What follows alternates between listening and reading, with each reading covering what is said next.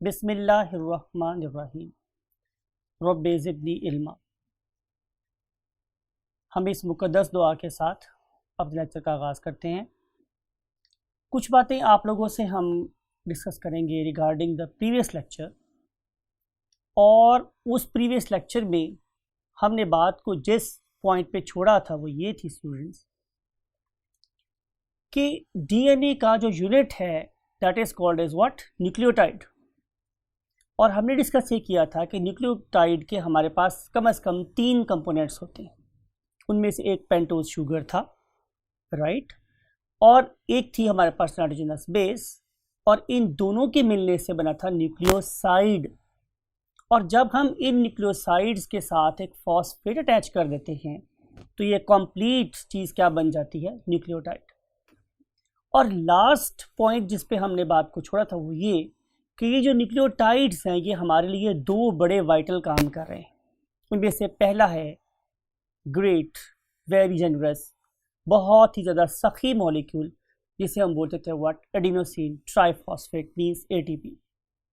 अब ये जो एटीपी है, अगर एक तरफ ये एनर्जी का काम कर रहा है तो दूसरी तरफ ये अपनी एक्टिवेटेड फॉर्म में क्या है स्टूडेंट्स, याद करें लास्ट पॉइंट, बिल्कुल सही फरमाया आप लोगों ने कि हमने ये कहा था कि when ever these monomers means AMP, CMP, GMP और TMP आपस में मिलेंगे तो ये एक बहुत ह्यूज मॉलिक्यूल बना देंगे जिसके ज़िम्मे अल्लाह रब्बुल इज़्ज़त ने इनहेरिटेंस मीन्स इंफॉर्मेशन को जनरेशन आफ्टर जनरेशन पास करने के लिए इस्तेमाल किया। लेकिन इम्पॉर्टेंट बात यह है कि इस पर्टिकुलर मॉलिक्यूल को ये प्रूव करना था अपनी स्टेबिलिटी के थ्रू कि जनरेशन आफ्टर जनरेशन भी ये मॉलिक्यूल ख़राब नहीं होगा। राइट स्टूडेंट्स, आए हम इन्हीं पर्टिकुलर मोनोमर्स की कुछ मज़ीद बातें करते हैं, और इसके लिए we have to go to the white board.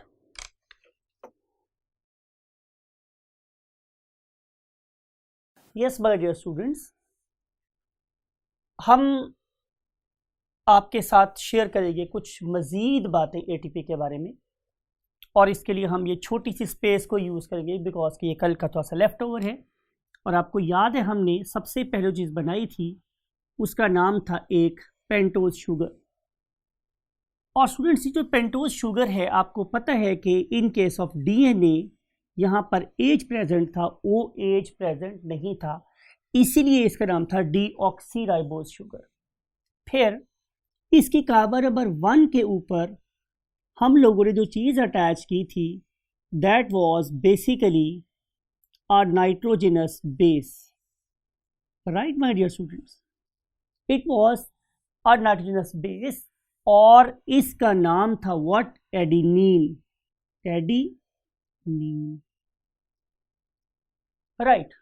जब मैं इस एडिनिन नाइट्रोजनस बेस को अटैच कर देता हूँ पेंटोज शुगर के साथ तो ये बन जाती है एडिनोसिन न्यूक्लियोसाइड।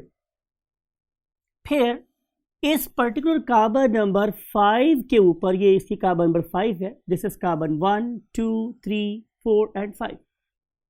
जब मैं इस कार्बन नंबर 5 के साथ अटैच कर देता हूँ एक एस्टर लिंकेज के थ्रू फॉस्फेट, राइट, तो इस मकाम तक हम इसे कहते हैं कि भाई आप क्या हो, एडिनोसिन मोनोफॉस्फेट और AMP।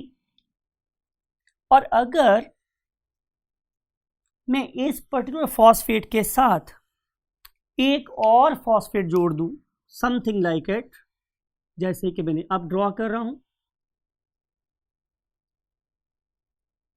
राइट, तो यू नो वेरी वेल कि यहाँ पर होगा कॉन्डेंसेशन रिएक्शन और उसके रिजल्ट में यहाँ पे डेवलप होगा एक एस्टर बॉन्ड।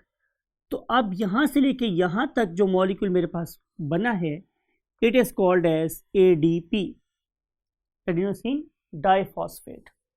और अगर मैं इसके आगे फर्दर एक और फॉस्फेट जोड़ दूँ, something like it, same procedure, condensation reaction, और मैंने यहाँ पे अटैच कर दिया एक और फॉस्फेट, तो अब ये वाला सारा मॉलिक्यूल यहाँ से लेके यहाँ तक ये कहलाएगा ATP। राइट। अब ये जो मेरे पास मॉलिक्यूल बन गया है एडिनोसिन ट्राइफॉस्फेट, इसके अंदर कि यहाँ पे भी नेगेटिव चार्ज है, यहाँ भी नेगेटिव चार्ज है, यहाँ भी नेगेटिव चार्ज है, यहाँ भी, यहाँ भी, यहाँ भी, यहाँ भी।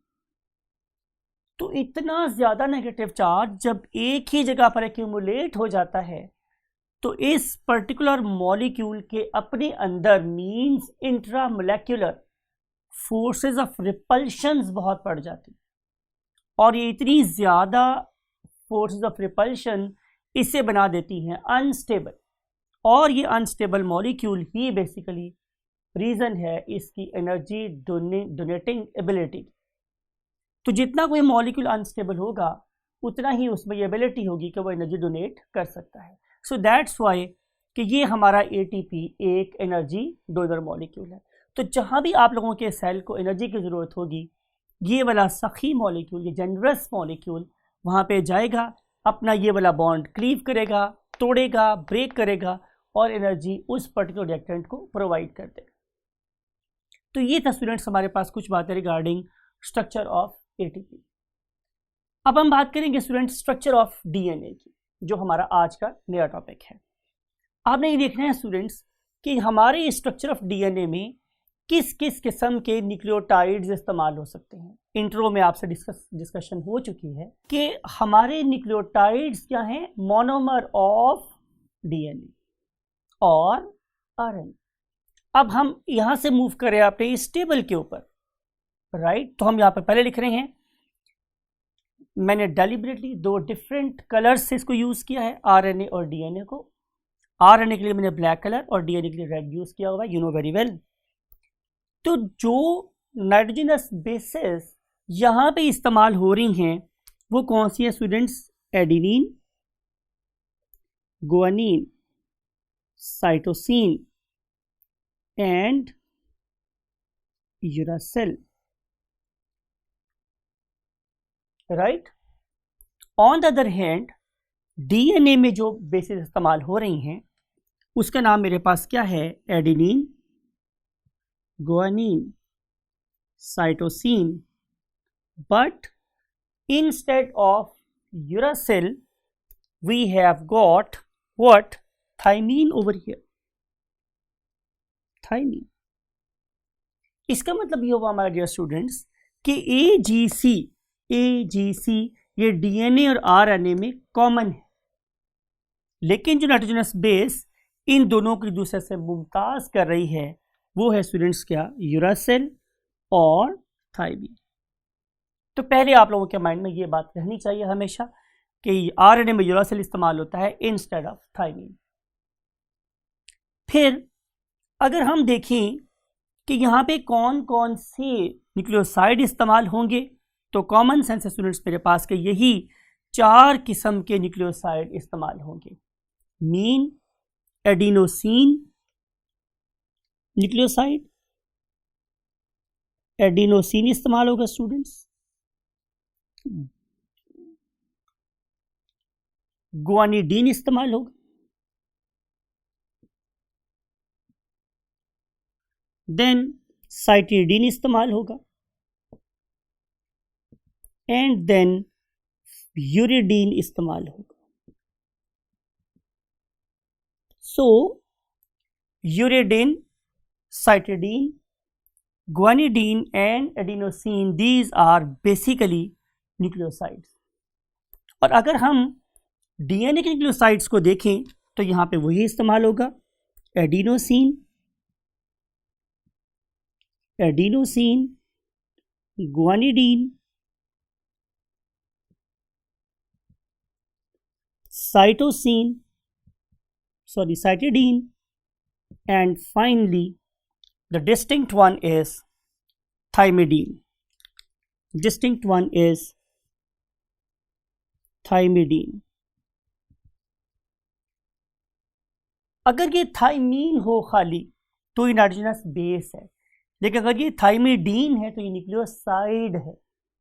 और आपको मैंने डिस्कस किया यहाँ पे कि अगर मैं इस न्यूक्लियोसाइड के साथ एक फॉस्फेट अटैच कर दूं तो जाहिर है ये क्या बन जाएगा, nucleotide.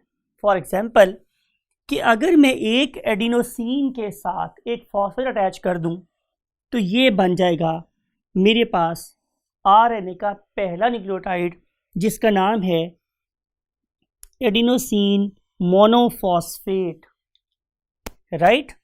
Then it can be guanidine monophosphate, it can be cytidine monophosphate, and it can be uridine monophosphate.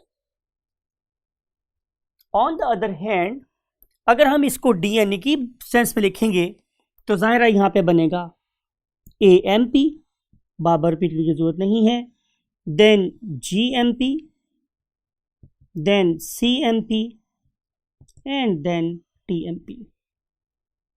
सो ये जो मोनोफॉस्फेट्स हैं ये बेसिकली क्या बनाएंगे या ऑफर करेंगे, foundation of what, the DNA. तो हम लोगों ने अब तक यहाँ की स्ट्रक्चर ऑफ ATP क्या है, स्ट्रक्चर ऑफ डीएनए क्या है, कौन कौन से न्यूक्लियोटाइड हमारे डीएनए में या आरएनए में इस्तेमाल होते हैं.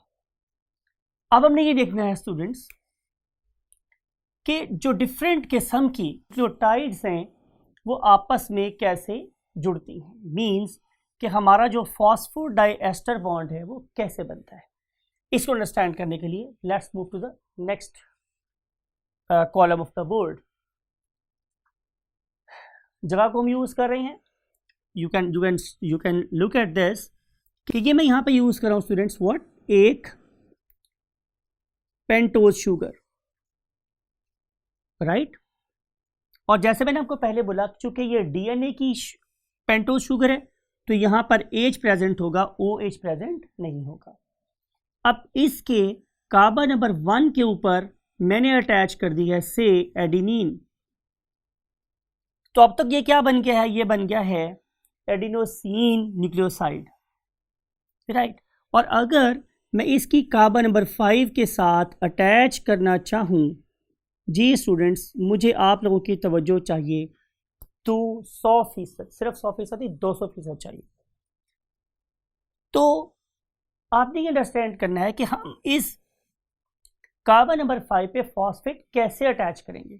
तो मैंने लास्ट टाइम आपको सिखाया था स्टूडेंट्स के फॉर्मूला ऑफ फॉस्फोरिक एसिड और फॉस्फेट इज H3PO4.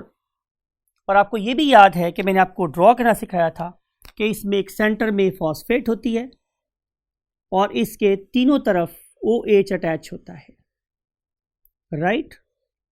ये दोनों OH आमने सामने जब आएंगे तो यहां से होगा कॉन्डेंसेशन रिएक्शन और उसके रिजल्ट में क्या प्रोड्यूस हो जाएगा, एक फॉस्फोएस्टर बॉन्ड.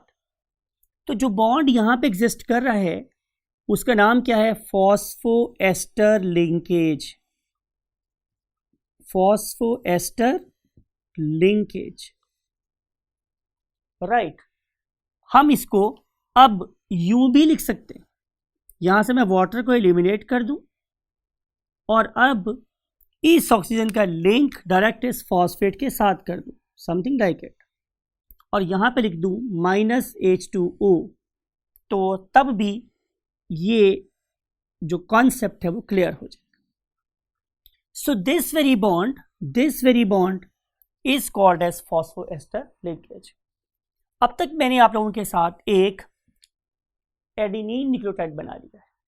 फर्स्ट कर लेते हैं कि मैं इसको जोड़ना चाह रहा हूं एक और न्यूक्लियोटाइड के साथ, से दैट इज C. तो मुझे क्या करना पड़ेगा, बिल्कुल राइट, कि मुझे यहाँ पे दोबारा से एक पेंटोज शुगर ड्रॉ करनी पड़ेगी. Somewhere here 1 2 3 4 and I'm going to attach what say it is cytosine C. और अब मुझे क्या करना है स्टूडेंट्स, बिल्कुल सही, कि मुझे इसकी कार्बन नंबर 5 के ऊपर अटैच करवाना है एक फॉस्फेट, और आपको उसका बिल्कुल मेथड आता है जो हमने अभी सीखा है, राइट.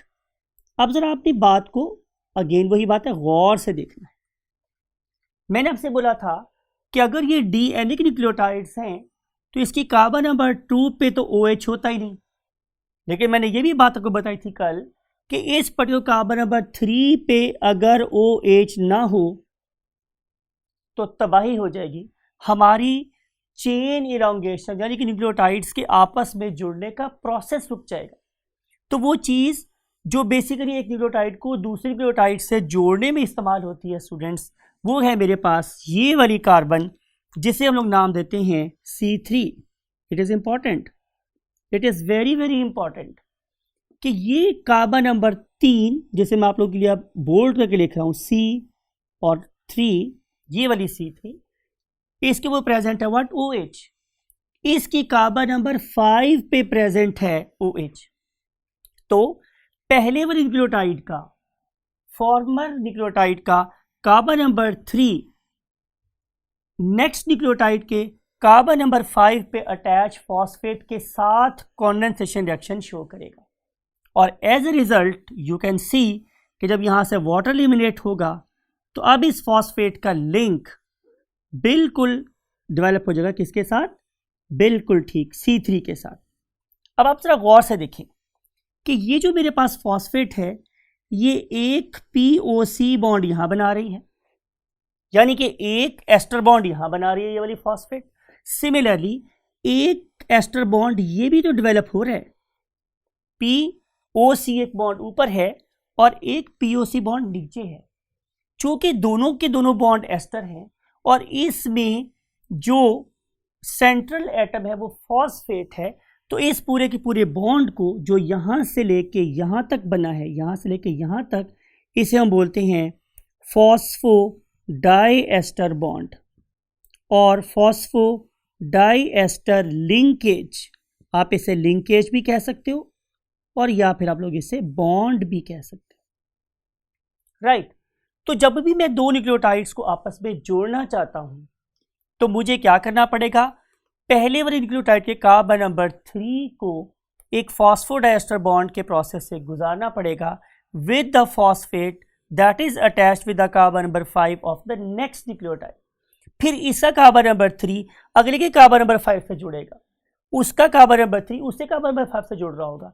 तो इस तरीके से हमेशा जो न्यू न्यूक्लियोटाइड्स हैं वो कार्बन नंबर 3 के ऊपर ही अटैच हो सकते हैं। इसके लिए हम एक यहाँ पे एक बॉक्स बना देते हैं आप लोगों के लिए और लिख देते हैं इंपॉर्टेंट बात कि new nucleotides can be added, इन्हें हम ऐड कर सकते हैं, can be added at carbon number 3 only of the last nucleotide, right. इसका मतलब ये होगा कि हम इस कार्बन एटम को देखें, इस न्यूक्लियोटाइड को देखें तो इसका कार्बन नंबर 5 टॉप पे लोकेट कर रहा है और कार्बन नंबर 3 नीचे है। कार्बन नंबर 5 ये है और कार्बन नंबर 3 ये है। तो मैं यूं कह सकता हूं कि ये अगर चेन डेवलप होती है तो इसके अंदर दो न्यूक्लियोटाइड इस्तेमाल हो गए, तो ये चेन कहलाएगी, this very chain will be called as dinucleotide chain, dinucleotide chain. और अगर इसमें मैं अटैच कर दूं 3 तो कहलाएगी ट्राई न्यूक्लियोटाइड चेन। क्या इस्तेमाल हुए अगर 3 तो क्या बोलेंगे, ट्राई न्यूक्लियोटाइड चेन। और अगर मैं इस्तेमाल कर दूं क्या students, many nucleotides, anti stands for nucleotides, अगर मैं इस्तेमाल कर दूं बहुत से न्यूक्लियोटाइड को आपस में जोड़ दूं तो ये कहलाएगी polynucleotide chain, polynucleotide chain, right. इसके अंदर n नंबर ऑफ न्यूक्लियोटाइड्स शामिल होंगी, n नंबर, बहुत ज्यादा है। दोबारा अंडरस्टैंड करते हैं कि जब भी मैंने एक न्यूक्लियोटाइड को दूसरे न्यूक्लियोटाइड से जोड़ना है तो पहले न्यूक्लियोटाइड का कार्बन नंबर 3 अगले न्यूक्लियोटाइड के कार्बन नंबर 5 पे पाए जाने वाले फॉस्फेट के साथ बॉन्ड डेवलप करता है, जिसे हम लोग एस्टर बॉन्ड कहते हैं।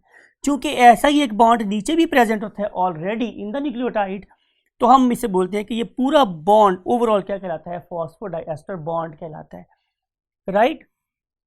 हमेशा चेन स्टार्ट होती है कार्बन नंबर 5 से और आखिरी न्यूक्लियोटाइड का हमेशा कार्बन नंबर 3 अवेलेबल होता है टू इलोंगेट द चेन। ये बड़ी इंपॉर्टेंट इन्फॉर्मेशन है। अब अगली बात स्टूडेंट मेरे पास ये है कि से मैं ये ड्रॉ कर रहा हूँ कि ये मेरे पास एक चेन है, दिस इज वन चेन, और अगर ये चेन इस तरफ ग्रो कर रही है तो कॉमन सेंस के यहाँ पे कार्बन नंबर 5 होगा और यहाँ पे कार्बन नंबर 3 होगा। इसे हम इस चेन का 5 प्राइम और इसे इस चेन का 3 प्राइम मीन्स एंड बोलते हैं। हमने ये स्टडी किया, कैसे हम इस वहाँ पर पूछे बाद में डिस्कस करेंगे, लेकिन पॉइंट ये है कि ये वाली चेन तन्हा तन्हा कभी नहीं रहती। इसकी प्रॉपर्टीज को फर्दर एनहांस करने के लिए एक इसकी कॉम्प्लीमेंट्री चेन होती है। कॉम्प्लीमेंट का मतलब ही ये है कि ऐसे दो दोस्त जो दूसरे का सहारा बने, दूसरे की सलाहियतों को और ज़्यादा निखारने में हेल्प करें, इसका मतलब दूसरे का कॉम्प्लीमेंट है, राइट। तो हम बात ये कर रहे हैं कि इसकी कॉम्प्लीमेंट्री चेन और डेवलप होती है, और ये जो चेन है ये पुरानी चेन के ऑपोजिट डायरेक्शन में ग्रो करती है। लुक एट दिस, कि अगर ये वाली चेन नीचे को मूव करी थी ब्लैक वाली, तो रेड वाली चेन ऊपर वाली साइड पे डेवलप हो रही, ये उसके ऑपोजिट डायरेक्शन में प्रेजेंट है। तो ये दो चेन्स एक दूसरे की कॉम्प्लीमेंट्री हैं लेकिन ऑपोजिट डायरेक्शन में लाई कर रही हैं। इन्हें हम लोग क्या बोलते हैं students? Antiparallel chains. Antiparallel chains, right, also known as complementary chains. Complement करना, एक दूसरे को साथ देना, एक दूसरे के साथ रहना, एक दूसरे की सलाहियतों को उभारना, इसे हम क्या बोलते हैं? एक दूसरे का कॉम्प्लीमेंट। तो हम बोलते हैं students what? Complementary chains. Complementary chains, right. तो इस तरीके से हमारा डीएनए का मॉलिक्यूल बनता है या इस्टेब्लिश होता है। अब हम इस पर्टिकुलर नॉलेज तक कैसे पहुंचे, इसके पीछे साइंटिस्ट की बहुत ज़्यादा एफर्ट है। आए हम उन कुछ इन्फॉर्मेशन को अंडरस्टैंड करते हैं, जिसके बाद हम इस पॉइंट पर पहुंचे कि हम अब डीएनए के जो सीक्रेट है उसे अनकोड करने में कामयाब हुए हैं, राइट स्टूडेंट्स। तो उसके लिए एक जो टर्म हम यूज़ कर रहे हैं, जो मैंने यहाँ ब्लैक बोर्ड पर आप लोगों की लिखी हुई है, that is called as development of DNA model.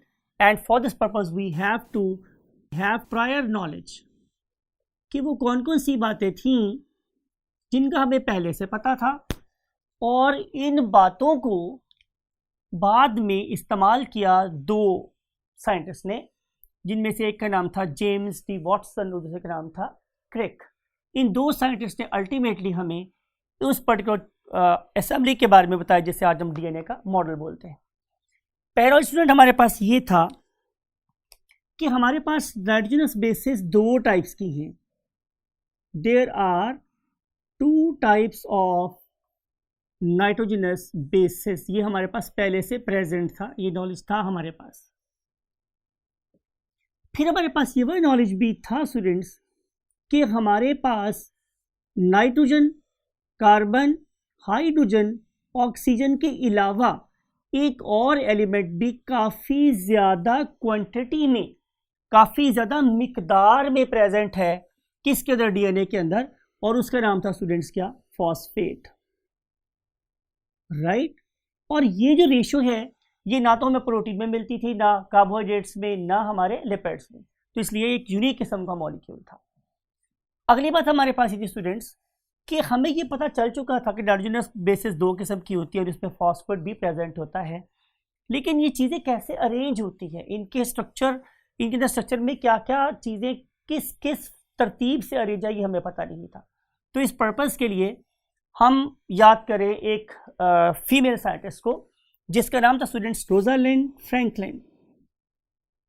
ये उन्हीं दो साइंटिस्ट की हम असर थी जिनका नाम अभी मैं ले चुका हूँ, वैटसन एंड क्रिक। लेकिन इस रोजालिंड फ्रैंकलिन के जो सबसे बड़ी कंट्रीब्यूशन है वो क्या है स्टूडेंट्स, कि ये डीएनए को आइसोलेट करती, और आइसोलेट करने के बाद उसके क्रिस्टल को एनालिसिस करती, मीन उसकी क्रिस्टलोग्राफी करती, राइट। क्रिस्टलोग्राफी करने के बाद उसकी एक बहुत ही फेमस तस्वीर है जो ऑलमोस्ट हर बुक पे प्रेजेंट है।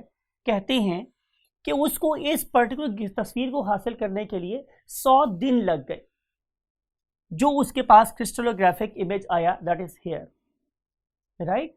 अब इस पर्टिकुलर फेमस पिक्चर के ऊपर बाद में जो इंपॉर्टेंट बात है स्टूडेंट्स ये कि मैथमेटिशियन की एक टीम ने बहुत एक्सटेंसिव वर्क किया।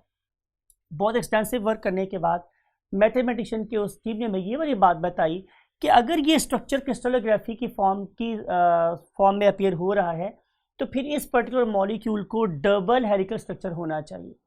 ये चीज़ हमें डिड्यूस की कहाँ से, एक्सटेंसिव क्रिस्टलोग्राफी के बाद मैथमेटिकल ऑपरेशंस से हासिल हुई, राइट।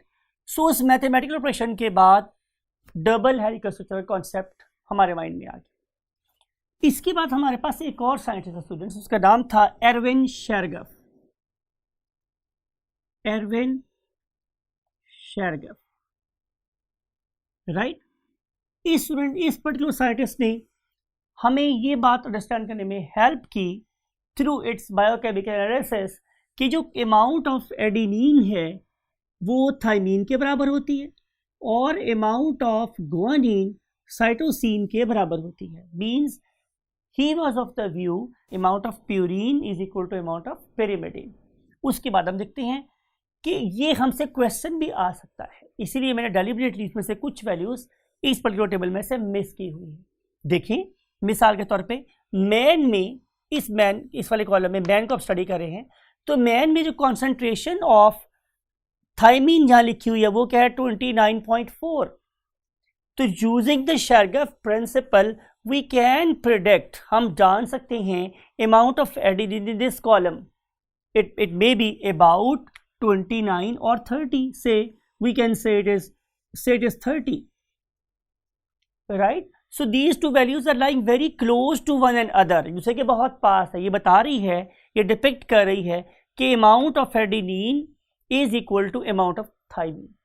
Similarly, अगर आपके पास value of C given है तो you can predict amount of value of G, तो ये कितनी चाहिए approximately, say it may be 19.6, say it is 19.6। तो ये दो वैल्यूज आप देख रहे हैं कि बहुत क्लोज लाई कर रही हैं और ये वाली दो वैल्यूज बहुत क्लोज लाई कर रही हैं, और ये मतलब रिसर्च का डेटा है, राइट। सिमिलरली अगर आप लोगों के पास एडेनिन 29.3 है तो ज़ाहिर है थाइमीन भी मेरे पास कितनी होगी students, 29, say it may be 29.5, very close to 29.3। Similarly if it is G 21.4 तो it will be about, say it may be 21.4, the same, yes, it is quite possible। इस तरीके से यहाँ पे कौन कौन सी वैल्यूज आ सकती हैं, think your self, because I always believe कि आप लोगों के शोल्डर्स पे एक थिंकिंग ब्रेन प्रेजेंट होना चाहिए। तो प्रेडिक्ट करें and give me the answers, right.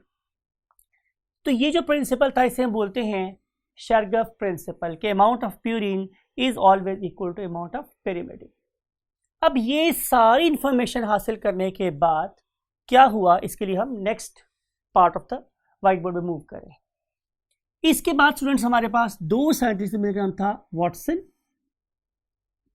और दूसरे के नाम था स्टूडेंट मेरे पास क्या, क्रिक। वॉटसन एंड क्रिक, ये दो डिफरेंट साइंटिस्ट थे। इनमें से एक फिजिसिस्ट है और ये बेसिकली बाद में इंटरेस्टेड हो गया into the research on biology. तो उसने हमें ये मॉडल बना के जिसमें बोलते हैं व्हाट, डबल हेलिकल मॉडल और structure, double helical structure of DNA.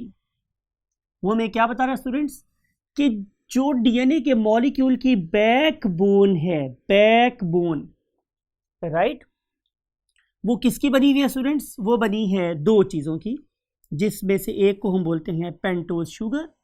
से मैं उसको यूँ ड्रॉ कर रहा हूँ, 1 and then 2 and then 3 and then 4, ये वही पेंटोज शुगर है जो अभी हमने ड्रॉ करके देखी। और फिर इनके दरमियान में क्या अटैच है, जाहिर है phosphate, it is phosphodiester linkage जो अभी हम लोगों ने यहाँ सीखी। तो backbone of the DNA molecule it is made up of pentose sugar and phosphate, pentose sugar and phosphate। ये मेरे phosphate लिखा है स्टूडेंट्स, शायद वाज नॉट क्लियर, तो मैं दोबारा लिख रहा हूँ आप लोगों के लिए कि ये phosphate है। So this phosphate and pentose sugar it is making the backbone of the DNA molecule। अब यहाँ पे हमारे पास क्या अटैच है, ज़ाहिर है डिफरेंट किस्म की what, nucleotides, sorry nitrogenous bases, it may be adenine, it may be guanine, it may be for example cytosine, it may be thymine, it may be cytosine, it can be in any sequence, right। और अगर आप इसको देखिए तो यहाँ पे है हमारा carbon number 5 somewhere here, so it is a 5 prime end of the DNA molecule. और यहाँ पे जो एंड पे अवेलेबल है वो क्या है, कार्बन नंबर 3, तो ये उसका 3 एंड है। और आप सभी डिस्कस हो स्टूडेंट्स कि अगर हम इस पर्टिकुलर मॉलिक्यूल को देखें तो ये हाईली अनस्टेबल है, और अगर मैं इसको स्टेबलाइज करना चाह रहा हूं तो मुझे इसकी कॉम्प्लीमेंट्री चेन बनानी पड़ेगी। और लास्ट टाइम डिस्कस हुआ था कि वो इसके एंटी पैरेलल डायरेक्शन में होगी, मीन अपोजिट डायरेक्शन में होगी। और अगर मैं इसको अपोजिट डायरेक्शन में ड्रॉ करना चाहूँ माय डियर स्टूडेंट्स, तो हम उसे कैसे ड्रॉ कर सकते हैं, समथिंग लाइक इट, कुछ ऐसे। इस वाले केस में आप लोगों को ये वाली पेंटोज शुगर्स उल्टी ड्रॉ करनी पड़ेंगी, समथिंग लाइक इट, ऐसे, समथिंग लाइक इट।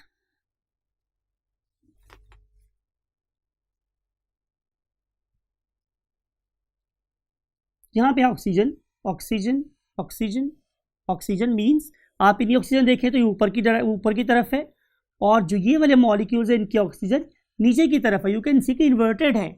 रीजन हमारे पास ये है कि अब इसका 5 एंड यहां प्रेजेंट है, राइट, और 3 एंड यू कैन सी के somewhere here it is present यहां पे।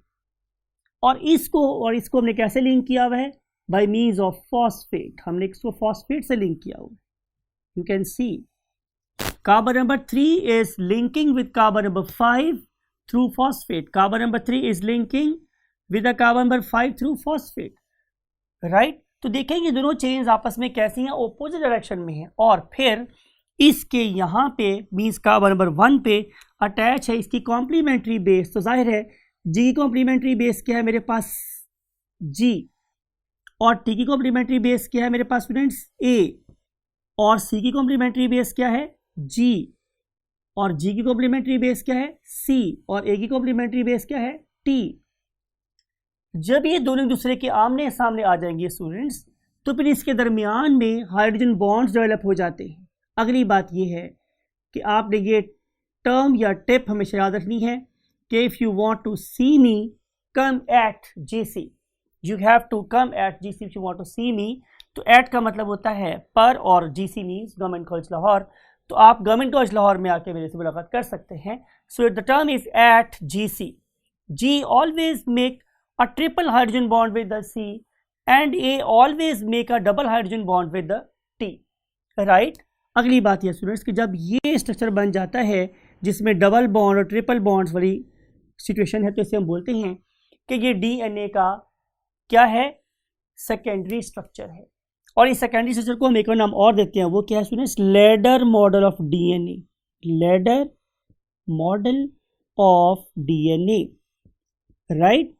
फिर आप इमेजिन करिए कि ये आपके घर में एक पौड़ी है, और ये जो पौड़ी है ये रिजिड नहीं है बल्कि किसी रस्से की बनी हुई है। तो वो जो रस्सा है एक दूसरे के लिए क्या हो सकता है, ट्विस्ट हो सकता है। यही वाला स्ट्रक्चर बाद में किसी ऐसे स्ट्रक्चर में कन्वर्ट हो जाता है, राइट, समथिंग लाइक इट। समझ लेते हैं ये हमारे पास एक चेन है और इसके साथ साथ एक दूसरी चेन भी चल रही, राइट। अब इस पर्टिकुलर पॉइंट से लेकर इस पर्टिकुलर पॉइंट तक हमारे पास एक क्या बन रहा है स्टूडेंट्स, एक लार्जर ग्रूव बन रहा है। लेकिन इस पर्टिकुलर पॉइंट से इस पर्टिकुलर पॉइंट तक ये बन रहा है एक स्मॉलर ग्रूव, राइट। अब ये मैंने बोला था आप लोगों से कि यहां से लेके यहां तक ये क्या है कि मेजर ग्रूव है, और यहां से लेके यहां तक ये क्या है, एक माइनर ग्रूव है, छोटा ग्रूव है। हम इस बड़े ग्रूव की बात करें कि यहां से लेके यहां तक जो डिस्टेंस है students, it is approximately 36 angstrom, 36 angstrom. और अगर मैं एक एंगस्ट्रॉम की बात करूं तो 1 angstrom is equal to 1/100 billionth of a centimetre, 100 billionth of a centimetre, right. और यहां पे आपको नजर आ रही हैं वही क्या, नाइट्रोजनस बेसिस जो दूसरे के साथ आपस में जुड़ी हुई हैं थ्रू जाहिर डबल बॉन्ड और व्हाट, ट्रिपल बॉन्ड, ऐसे ऐसे ये जुड़ी हुई है।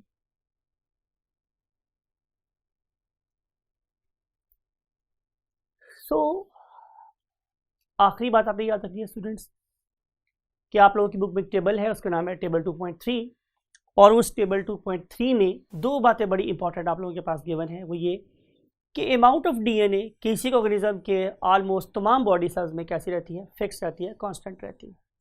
लेकिन अगर आप लोग उसी पर्टिकुलर डीएनए की अमाउंट को उसके गैमेट में देखें, मीन उसके स्पर्म में देखें या एग में देखें या एंथर में देखें या एग में देखें, तो आप लोगों को अमाउंट ऑफ डीएनए हाफ होती हुई नज़र आती है। सो आप उस टेबल को भी गौर से देखिएगा और उसमें जो गिवन वैल्यूज़ हैं आप उसके बारे में भी फोकस रहिएगा। अगले लेक्चर में आपसे मिलेंगे वेरियस टाइप ऑफ आरएनए के बारे में और कुछ इन्फॉर्मेशन के बारे में जो आप लोगों की बुक में डीएनए सीक्वेंसिंग के बारे में येलो बॉक्स में दी गई हैं। Till that time take very good care of yourself and of your great parents. अल्लाह हाफिज़।